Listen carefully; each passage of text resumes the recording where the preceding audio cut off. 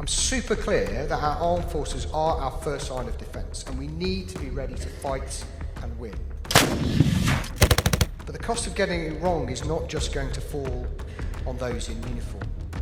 The impact of failure will not be on some, hopefully hypothetical, future battlefield, but on the infrastructure and economy that underpins our broader national life and that of our allies. Well, let's really boil it down. What he was really saying is that there should be a whole of society approach to both defence and resilience, and it needs to be a higher priority for everyone. Now, this is actually not new.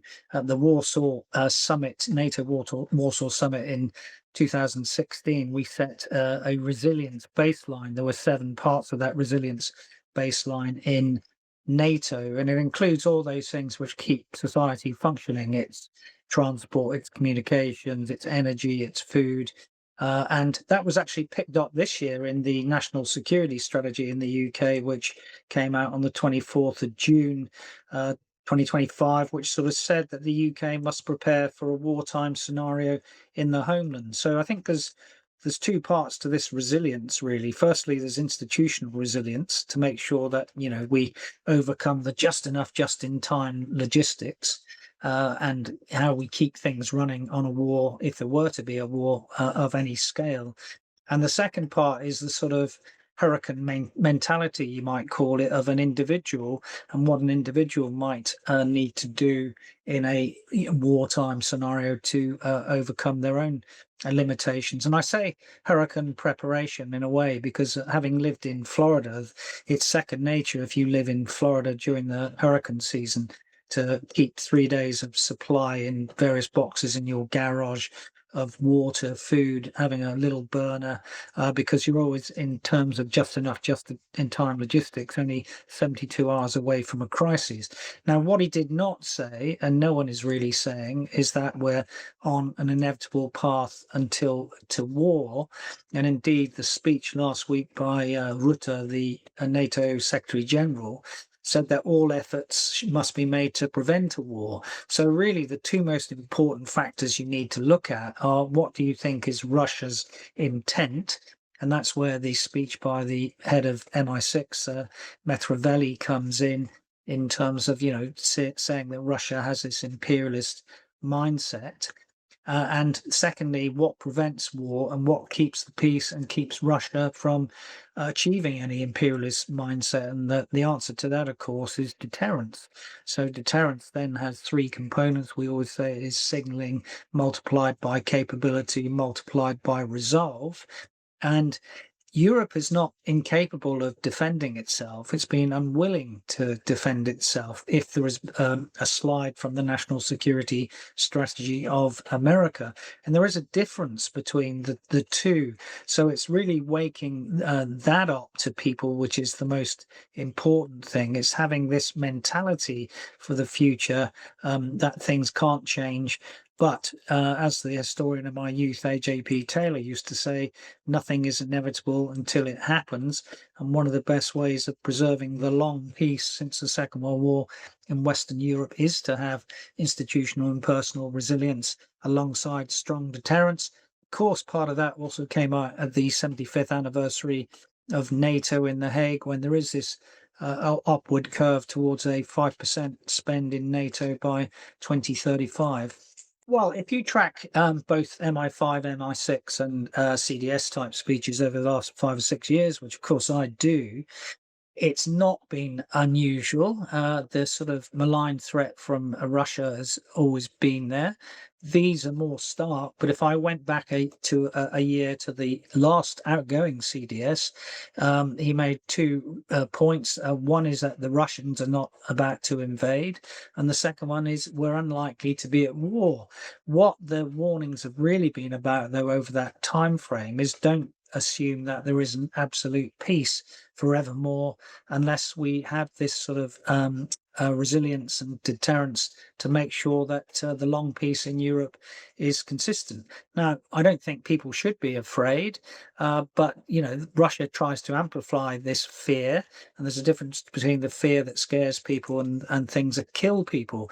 And I say that because if you take an example from last week, which may scare people, Russian propagandists, for example, were talking about nuking the UK because the fact that a British soldier was killed in a training accident inside Ukraine.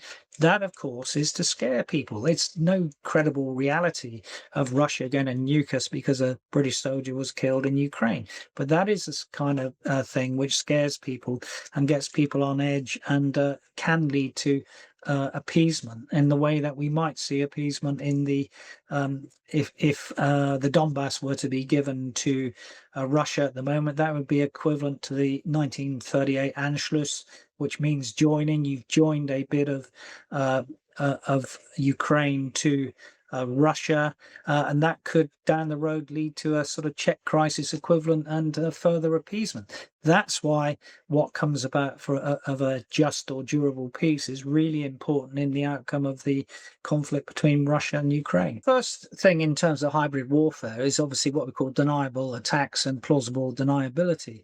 Now, anyone with any brains and sense will say that there was no plausible deniability in the Russian attacks on the killing of Litvinenko in 2006 and the attacks on Skripal, which inadvertently killed Dawn Sturgis in 2018 in Salisbury.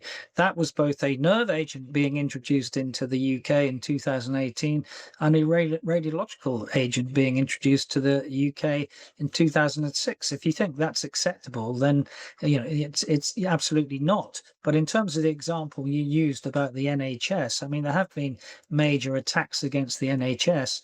One of the things that came out of the national security strategy is that there will be a series of cyber exercises, as it were, to test the critical national infrastructure of the UK.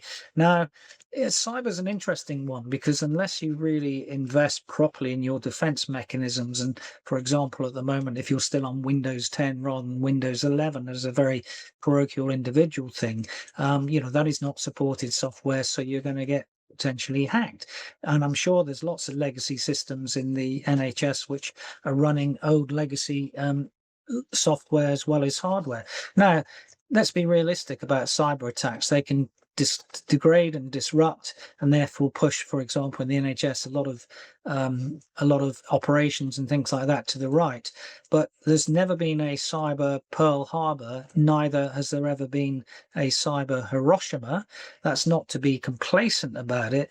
And it's also worth saying that from a Western perspective, both the NSA, the National Security Agency in America, and GCHQ, General Communications Headquarters in the UK, are both cyber superpowers, which in extremis, if there's attribution to the Russians or a malign actor, could not only degrade and disrupt them, but also destroy some of their systems in cyber ways. Now, again, the Russians might try, as most people do these days, to get clever because that plausible deniability means that you need to have absolute attribution in the cybersphere to go on the offensive against that. And that can be difficult to do.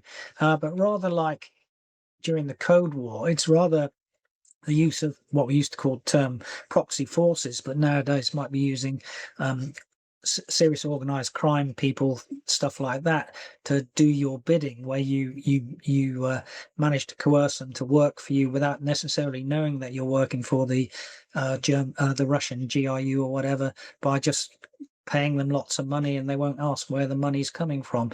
So it's that criticality of the supply chain. It's cyber, making sure water is resilient, telecommunications are resilient, the undersea cables are resilient, which are the architectural backbone of the digital economy.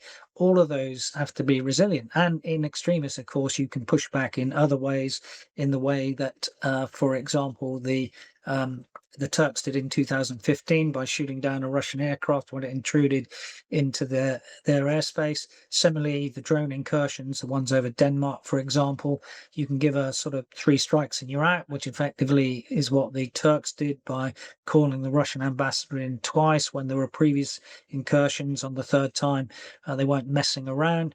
And in a way, I think we've seen that with the Nordic countries, because after the anchor dragging and some of the disruptions in the Baltic Sea to cables in 2024, the pushback under the standing up of NATO's Operation Eastern Sentry from January 25 has meant there's been no attacks after that. So a robust pushback in time will be part of this resilience, and to warn any malign actor, it doesn't have to be the Russians, that we're on the case, and we're watching you, and we can push back, and we can push back significantly if we need to.